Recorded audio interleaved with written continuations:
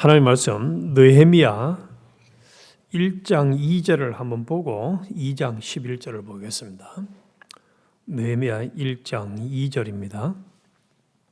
내 형제들 가운데 하나인 하나니가 두어 사람과 함께 유다에서 내게 이르렀기로 내가 그 사로잡힘을 면하고 남아 있는 유다와 예루살렘 사람들의 형편을 물은즉 남아있는 유다와 예루살렘 사람들의 형편을 물은즉 2장 11절부터 20절까지 제가 보겠습니다. 내가 예루살렘에 이르러 머무른 지 사흘 만에 내 하나님께서 예루살렘을 위해 무엇을 할 것인지 내 마음에 주신 것을 내가 아무에게도 말하지 아니하고 밤에 일어나 몇몇 사람과 함께 나갈새 내가 탄 짐승 외에는 다른 짐승이 없더라. 그 밤에 골짜기 문으로 나가서 용정으로 분문에 이르는 동안에 보니 예루살렘 성벽이 다 무너졌고 성문은 불탔더라.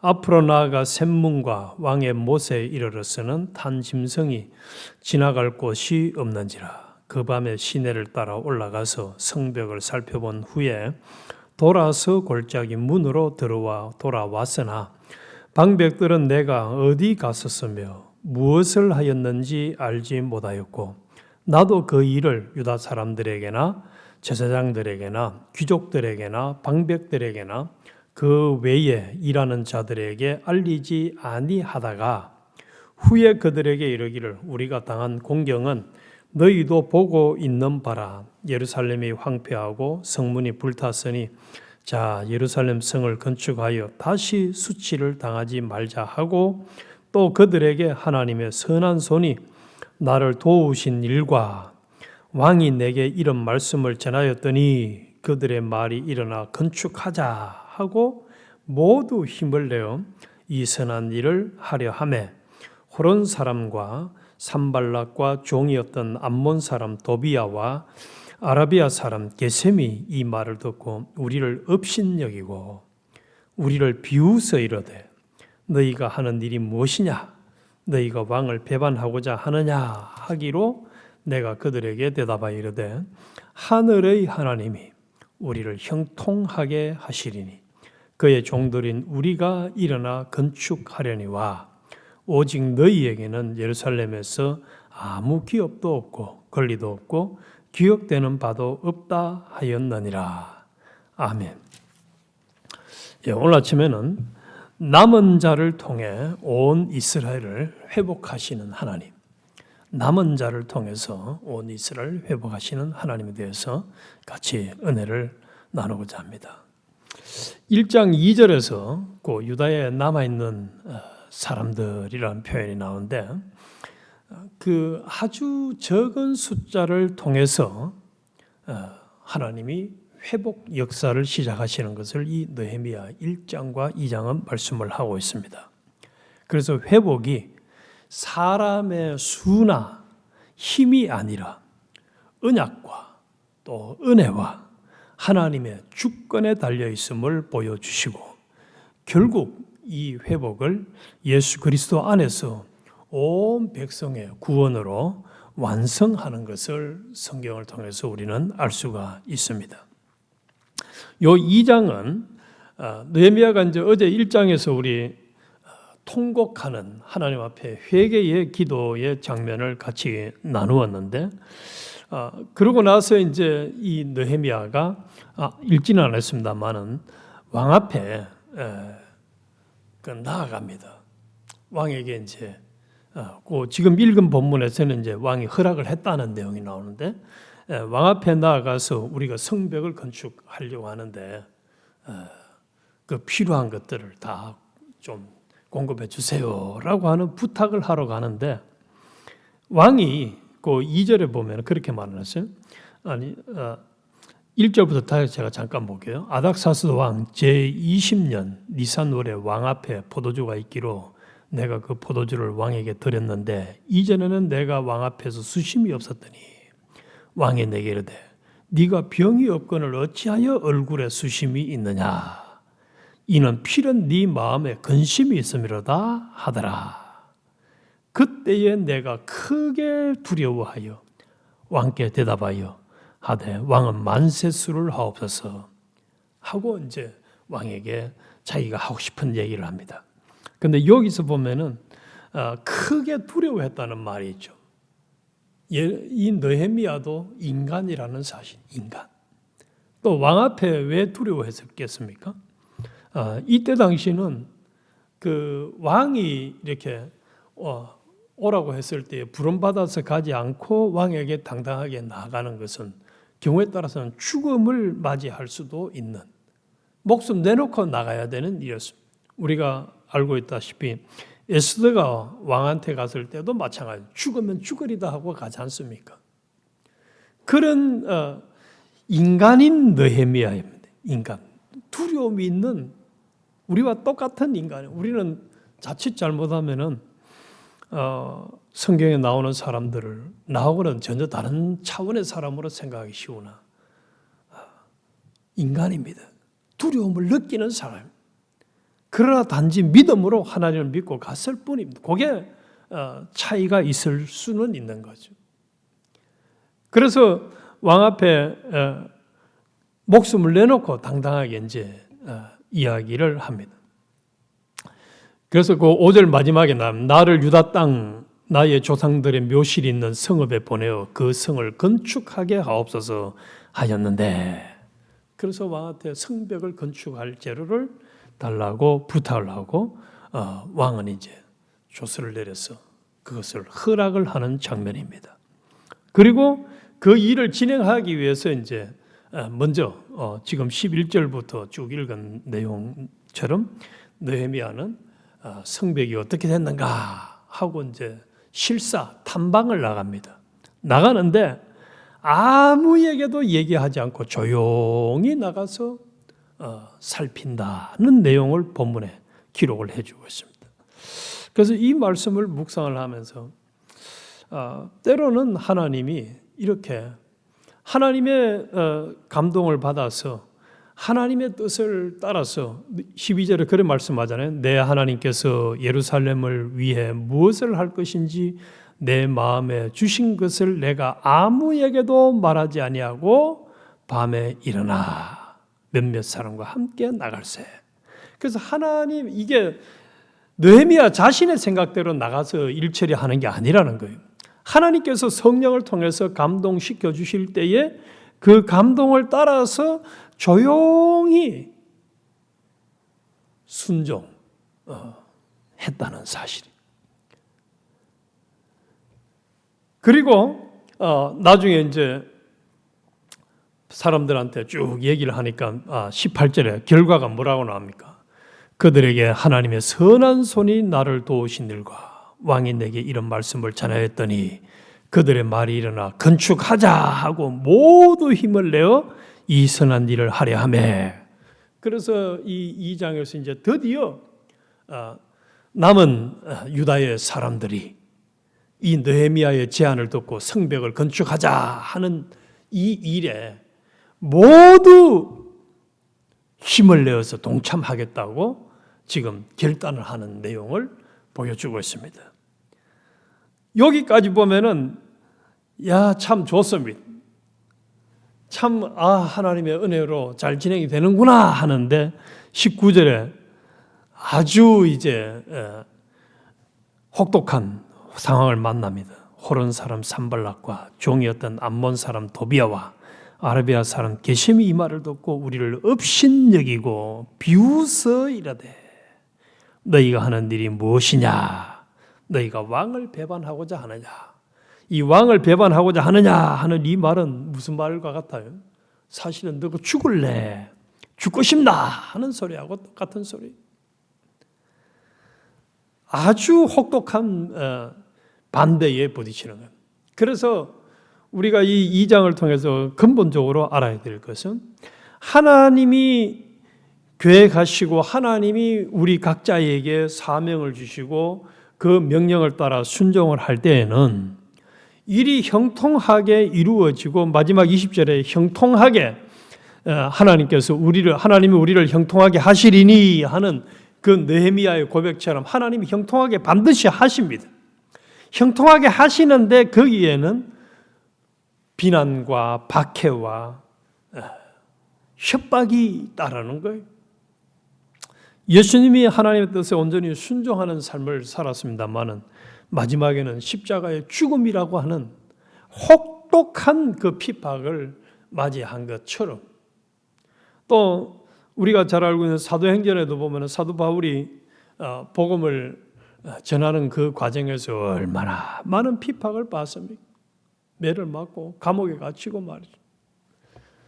중요한 것은 하나님께서 우리에게 맡긴 사명을 감당하려고 하면은 근본적으로는 하나님이 함께 하시기 때문에 책임지시잖아요. 명령하신 것에 대해서는 약속대로 함께 하시고 책임지시고, 또 결과는 형통이지만은 그 길에는 핍박도 있다. 반대도 부딪힌다. 비웃음, 무시당하는 거, 이거 참 감당하기 쉽지 않은 일입니다. 그래서 사실 사람들이 지렁이도 밟으면 꿈틀거린다는 표현이 거기서 나온 거 아니에요. 사람들은 인격적으로 모욕을 당하고 비웃음거리가 되는 것을 좋아하는 사람 아무도 없습니다. 그런데 이 복음을 따라서 믿음의 길을 가고 순종의 길을 가고 복음을 전파하는 요 선교 사역에는, 또 하나님의 사명을 감당하는 일에는 이런 핍박이 따른다. 그러나 이거는 마치 무엇과 같으냐? 우리가 그 축구라든지 경기를 볼 때에 생중계를 보면은 내가 후원하는 팀이 이길런지 질런지 막 가슴이 졸이지만은 이겨놓은 게임을 재방송 볼 때는 어떻습니까? 느낌이 편안하죠. 뭐 저래 봐야 결국은 이겨. 결국은 이겨. 이런 편안함이 있듯이 우리는 그것보다도 더 믿을 수 있는 것이 이거예요. 하나님이 명령하시고 하나님의 뜻을 따라서 순종하는 그 사명 감당하는 길에는 형통함이 있다. 반드시 하나님이 성취하신다. 그런데 그 사명을 감당할 때에 사람에게 보이려고 하지 않고 이 느헤미야처럼 조용히 감당을 해야 된다. 이걸 지금 2장은 우리에게 중요하게 가르칩니다. 조용히 감당해야 돼. 그래서 예수님이 책망한 사람들이 복음서에 보면 바리새인들, 서기관들이잖아요. 다른 사람들에게 보이기 위해서 아주 자랑하면서 하는 사람들이냐? 아니면 조용히 자신의 사명을 감당하느냐? 그래서 우리가 오늘 요 큰 줄기에서는 이제 느헤미야처럼 하나님의 감동을 따라서 이 사명을 감당을 해 나가는 요 길에는 반드시 결과가 형통이다. 그러나 핍박도 있다. 그럼에도 마지막은 하나님이 책임져 주신다. 여기서 이제 제가 왜 1장 2절부터 다시 읽었느냐, 또 오늘 제목을 남은 자를 통해 이스라엘을 회복하시는 하나님이라고 정했느냐. 하나님은 언제나 이 회복을 시작하실 때 숫자가 아니라 언약으로, 또 힘이 아니라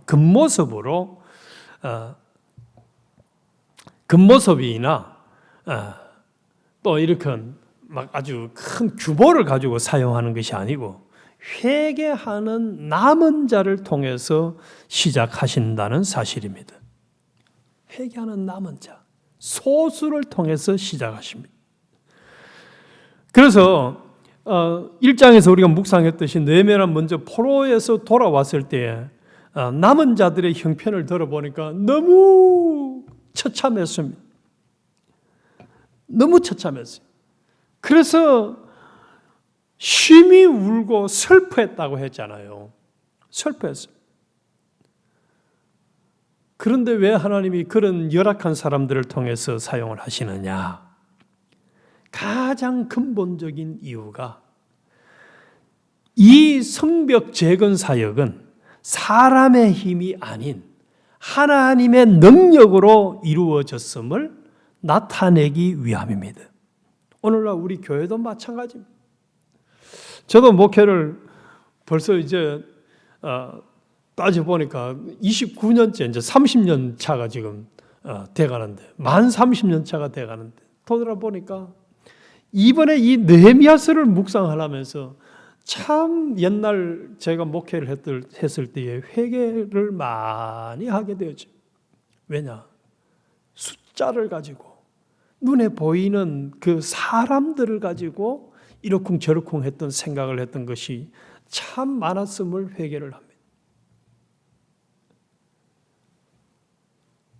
하나님은 이 느헤미야서를 보니까 남아있는 그 소수의 열악한 사람들, 그 사람들을 통해서, 그래서 3절에 느헤미야 1장 3절에 환난을 당하고 능욕을 받으며 성문들은 불탔다라고 하는 것처럼 너무너무 조건이 좋지 않습니다. 그런데 하나님의 회복 사역은, 재건 사역은 이들을 통해서 이렇게, 이것은 성경 전체의 원리입니다. 하나님은 늘 다수와 힘과 화려함으로 일하지 않으셨습니다. 홍수 후에는 노아의 8사람을 통해서 일을 하셨고, 소돔 이후에는 롯을 남기셔서 일을 하셨습니다. 또 기도원의 300명의 용사를 통해서 하나님은 회복을 시켰습니다. 그러면서 하나님이 사사기 7장 2절에 보면은 하나님은 미디안과의 전쟁 전에 숫자가 너무 많아서 자기들이 스스로 구원했다라고 자랑할까 봐 숫자를 줄이셨다고 말씀합니다. 300명으로 줄이셨습니다. 이 느헤미야 성벽 재건 역시 기도원의 원리가 적용되는 것입니다. 또 엘리야 시대에는 바알에게 무릎을 꿇지 않은 7,000명을 남겼었고, 오늘 우리가 지금 에스라 느헤미야 묵상하고 있는 것처럼 포로기 이후에 돌아온 남은 자들을 통해서 언약을 이어가십니다.